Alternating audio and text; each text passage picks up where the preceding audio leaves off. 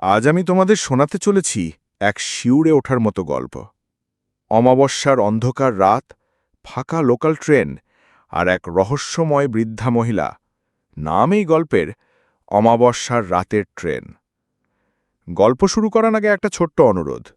যদি আমার ভৌতিক গল্পগুলো ভালো লাগে তাহলে অবশ্যই আমার চ্যানেলটা সাবস্ক্রাইব করে দিও, কারণ সামনে আরও ভয়ঙ্কর সব বাস্তব ছায়া ছুঁয়ে যাওয়া গল্প নিয়ে হাজির হব। রাত 12টা। শিলিগুড়ি থেকে কলকাতাগামী এক লোকাল ট্রেন হুইসেল বাজিয়ে এগোচ্ছে অমাবস্যার অন্ধকারে। জানালার বাইরে শুধু গভীর কালো রাত, মাঝে মাঝে গাছের সারি অদৃশ্য ছায়ার মতো ছুটে যাচ্ছে পেছনে। কামরার ভেতর তখন প্রায় ফাঁকা। কয়েকজন যাত্রী ঝিমুচ্ছে, কেউ বা বই পড়ছে। সেই কামরাতেই বসেছিল রাহুল। সে কলকাতা ফিরছিল অফিসের কাজে। হঠাৎ খেয়াল করল কামরার এক কোণে বসে আছে এক বৃদ্ধা মহিলা। তার গায়ে ময়লা শাড়ি, চুলগুলো এলোমেলো, মুখটা খুব ফ্যাকাশে। অদ্ভুত ব্যাপার হল, রাহুল যখন উঠল তখন মহিলাকে দেখেনি। কোথা থেকে যেন হঠাৎই এসে বসেছে। মহিলা তাকে একবার তাকিয়ে ভৌতিক হাসি দিল। রাহুলের বুকের ভেতরটা হিম হয়ে গেল।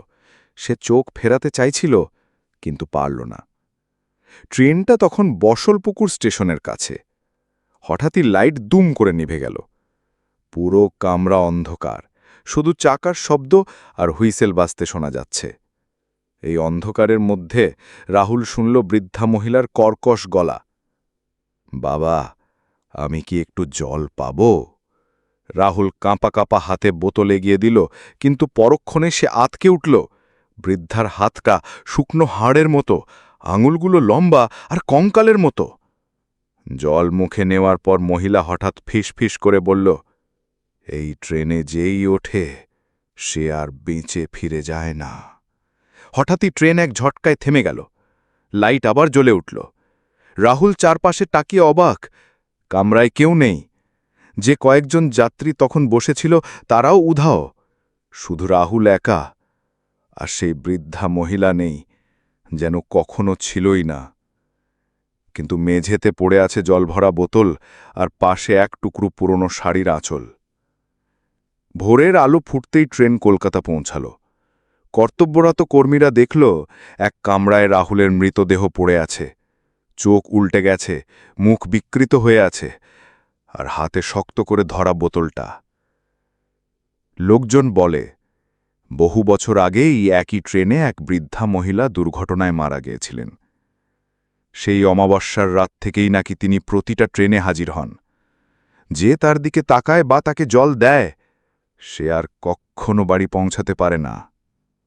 আজও নাকি অমাবস্যার রাতে সেই ট্রেনে চড়লে মাঝরাতে হঠাৎ এক বৃদ্ধা মহিলা এসে পাশে বলে, "বাবা, একটু জল দেবে?" তাহলে এটাই ছিল আজকের গল্প, অমাবস্যার রাতের ট্রেন। লোকজন বলে অমাবস্যার রাতে সেই ট্রেনে চললেই নাকি মাঝপথে দেখা মেলে এক বৃদ্ধা মহিলার।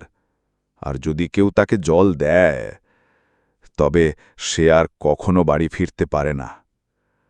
ভিডিওটা শেষ পর্যন্ত শোনার জন্য অসংখ্য ধন্যবাদ। ভালো লেগে থাকলে লাইক, কমেন্ট আর শেয়ার করতে ভুলো না। আবার দেখা হবে এক নতুন ভয়ঙ্কর গল্পে। ধন্যবাদ, শুভরাত্রি, আর সাবধানে থেকো।